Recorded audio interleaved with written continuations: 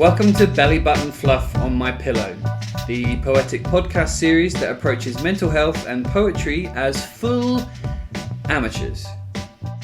Welcome to episode 1. My name is Drew Taylor Wilson, my pronouns are they, them, and I am your host and amateur poetry and mental health expert. Poetry, because I write it, usually for therapeutic contexts, and mental health, because often the writing it down for therapeutic contexts isn't enough, so I made a podcast instead. Each week I sit down with a fellow mental health and poetry sufferer as they delightfully perform a poem written just for their sensibilities, and we then wax lyrical about all the poems we've loved and lost. Our special guest today is the fabulous good friend of mine and crafter in crime, Kirsty Pickering. We have known each other for a long time, and before they get properly introduced, I would like them to take it away with... What's the title? Does it have a title? It should have a title. Just says Kirsty at the top. I think it's called Ladybird. Probably Ladybird. Yeah.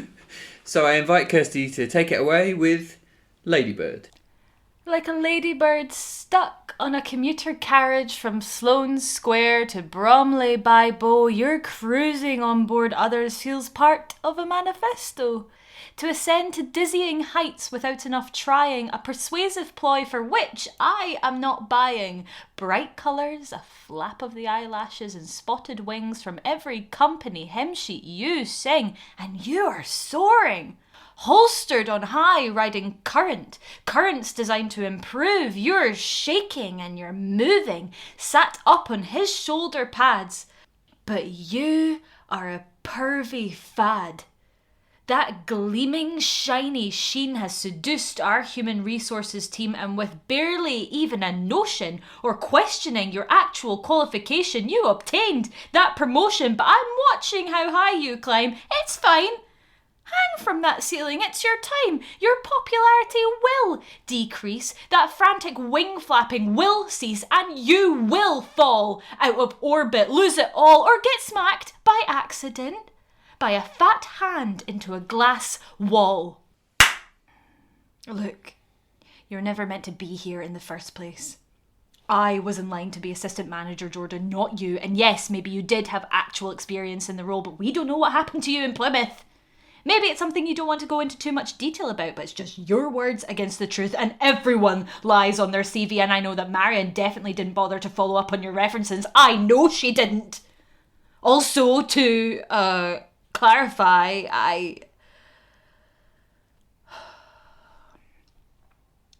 don't wish you any actual ill, Jordan. The ladybird on the tube I was watching did actually die. I hit it. Completely by accident. It smudged on the window, then flopped on the floor, and I watched a lady's elderly chihuahua eat it. And I sat there and did nothing, so...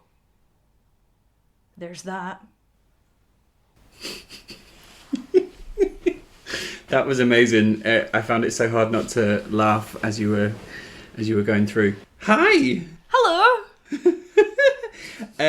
How are you today? Joyful. Really enjoying the setup. Like, I can sort of see you, but if I move my head a little bit, the books and the microphone. The professional setup. So tell the listeners at home how we know each other. Oh, through theatrical context. I mean, yeah. We met a while ago doing... How much detail do I go into here? I mean, who knows? I don't know what the format of this podcast is like. Through a company called Performance Collective Stranraer, which Drew used to lead. Yep. And then we realised we share a love of crafting as a therapeutic way to get through the day. So then we started crafting together and then watching cartoons, and sometimes Drew would fall asleep and I would just keep watching cartoons and doing no crafting. And that has happened several times. Yeah. But it's nice. I like when friends fall asleep around me, I don't see it as like a slight on my company. I see it as you're comfortable enough to sleep around me. So that's yeah, let's see that as a well done me sort of thing.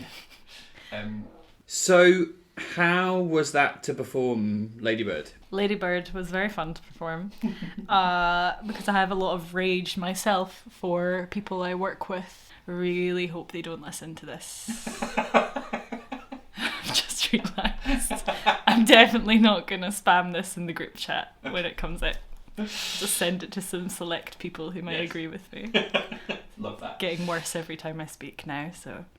I've written down here that I'm attempting to pioneer a technique of creating text that is simultaneously poetry and characterful intent.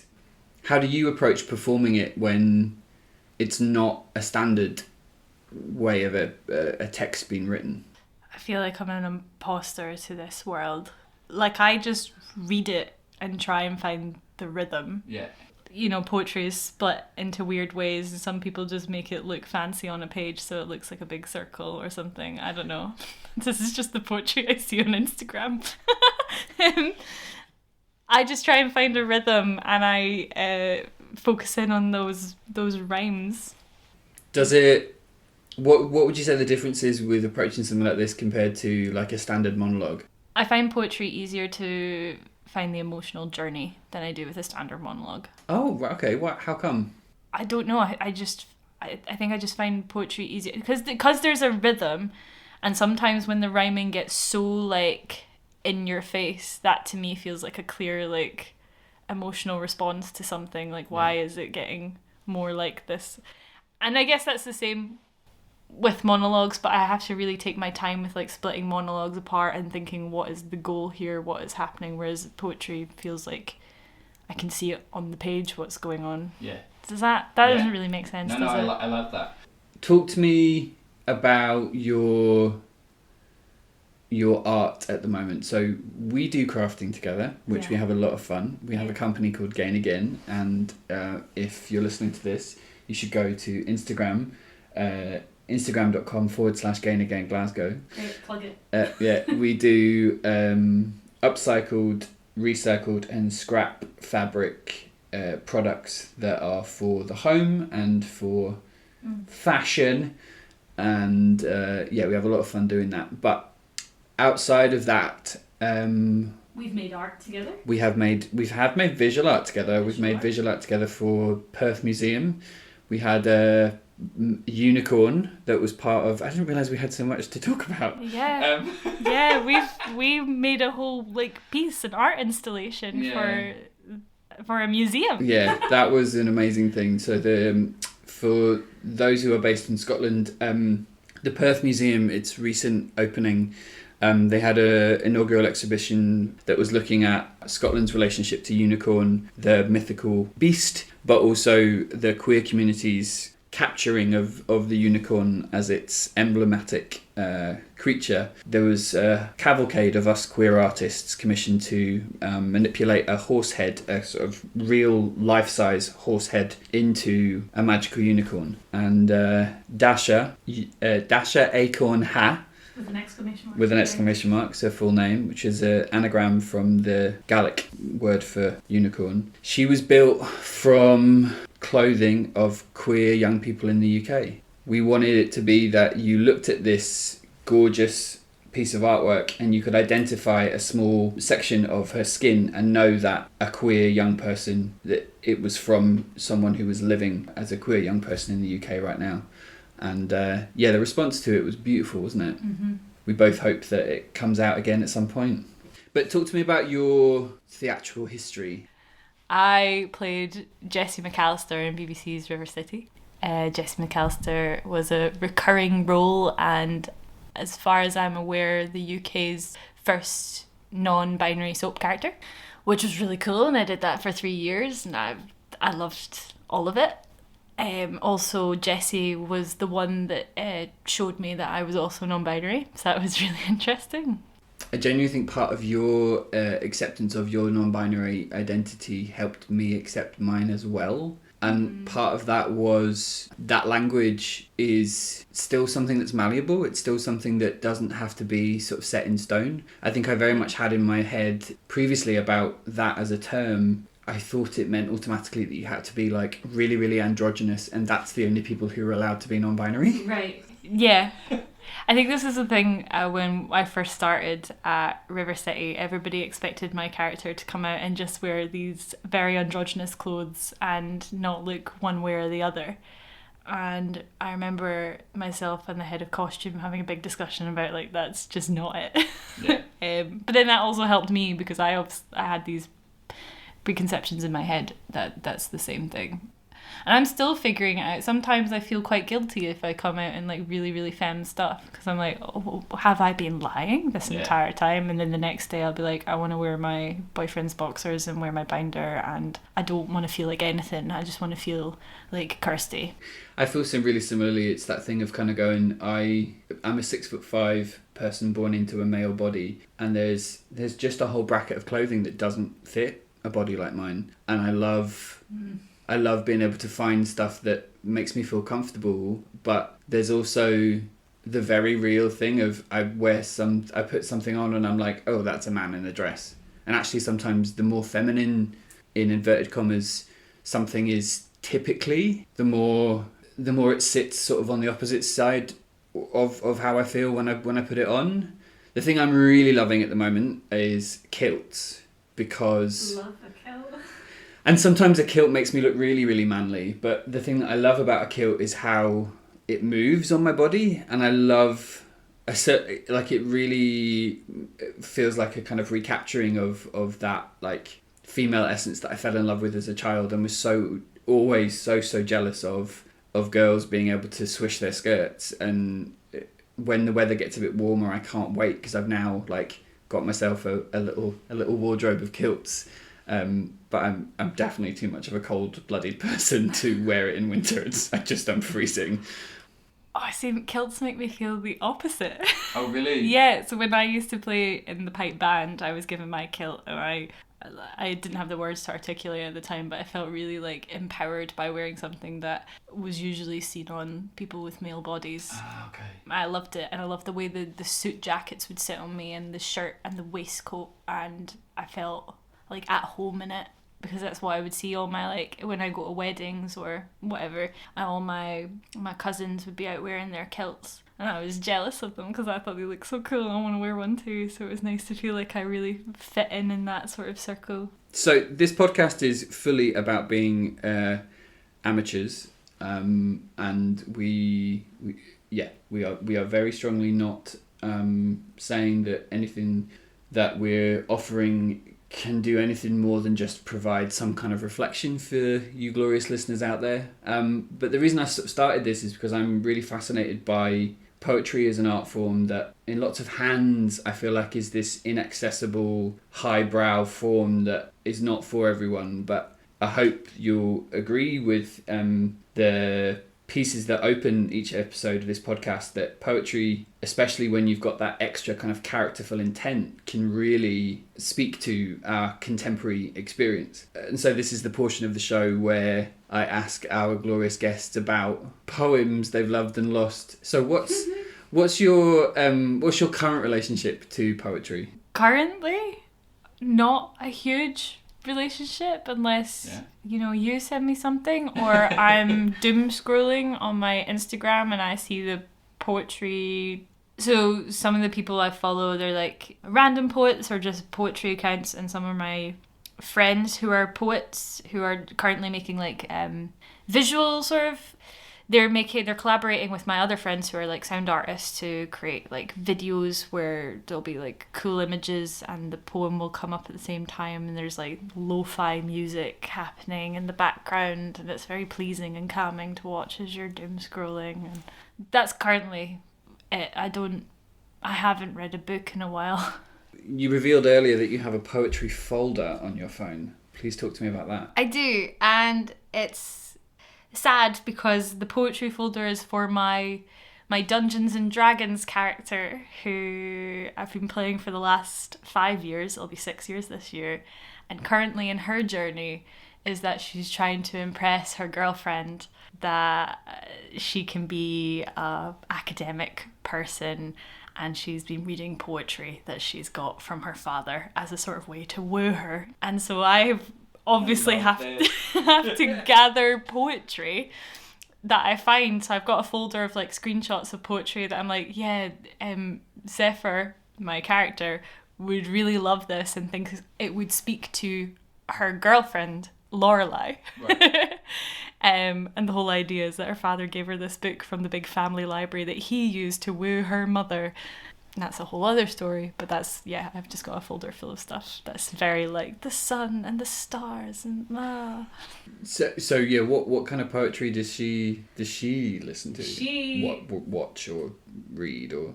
It's all, so most of it's about being in love. Right. And then I was reading through and there's just one out of the blue one, which is obviously just for her and her like the spite that she feels towards her mother, who abandoned both her and her father when she was a little girl. This person is not real. This person you have created and given the full backstory to. I have like a very thick backstory document about her. 15 pages of just my initial backstory, and then I have 4 or 5 journals I've filled in about her. She's the person I know most about. This campaign is nearly ended, and the thought of not being with her every week really frightens me. That's amazing. So yeah, she's got an interest in a lot of like poetry that surrounds the moon and stars right now. Nice. So as part of the publicity for this podcast, what I'm going to be doing is sharing the kind of poetry recommendations that the guests bring. But actually, I think what's quite interesting about yours is that we're going to be breaking a rule straight away, because actually I think there should be 2 lists. There'll be some people from your Instagram feed that you want to share with us. And then there'll be some things from... Now, Lorelei's the girlfriend. I got stuck on that. Lorelei's the girlfriend. What's her name? Zephyr. So it'd be Zephyr's recommendation. Yes, Zephyr is also the alias. Her real name's Amaya Bettencourt. I love it. I wanted to talk a bit for a moment about D&D and how that relationship... sits within your queer identity. So we've discussed already that they're non-binary, and just because I know you and your real life, you are in a relationship with someone who's born into a male body, and obviously she's not. She's in a relationship with someone that's like. Do you feel like she gives you permission to explore aspects of your life that I haven't? Yeah, absolutely. And it's really strange because I get so flustered at the table flirting with one of my best friends. Love it. And both of us get quite like giggly about like... I remember last year I said I love you as Zephyr to Lorelei for the first time, and then I started crying. Wow. And it's so intense, and it's funny because like I don't know. It's just I'm playing someone who is a woman. I'm not playing a non-binary character, mostly because I started Zephyr when I didn't even know I was non-binary, but immediately Zephyr was this person I aspired to be because she had a sword and she was really muscly and would chop off her hair and all this stuff. It's wonderful, and I think it's a lovely opportunity. D&D to me is just an opportunity to flirt with all of your friends. Certainly for us, it's just a way for us to express a different kind of love. And it's born out of comfort. All of us are so trustworthy of one another. We know we'd never cross the line.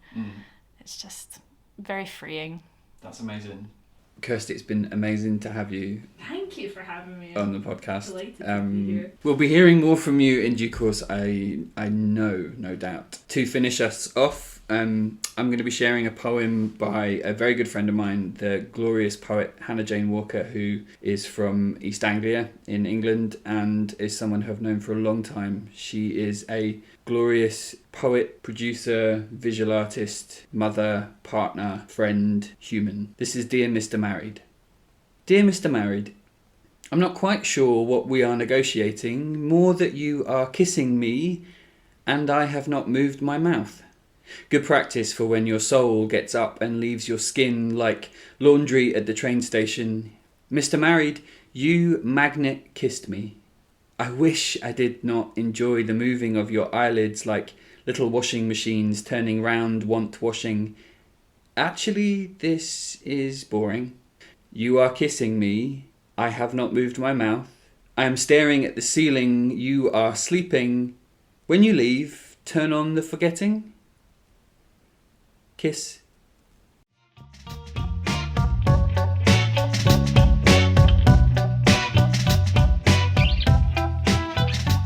Thanks for listening. We'll be back next Friday with a brand new episode of Belly Button Fluff on My Pillow, featuring another brand new characterful poem performed by another special guest, and of course a whole other bucket load of amateur reflections on poetry and mental health. We release a fact sheet each week alongside the podcast that points our listeners to the glorious corners of the internet that we unearth during the episode. To download this for free, head over to Drew's website www.drewmakestheatre.com. Cheers.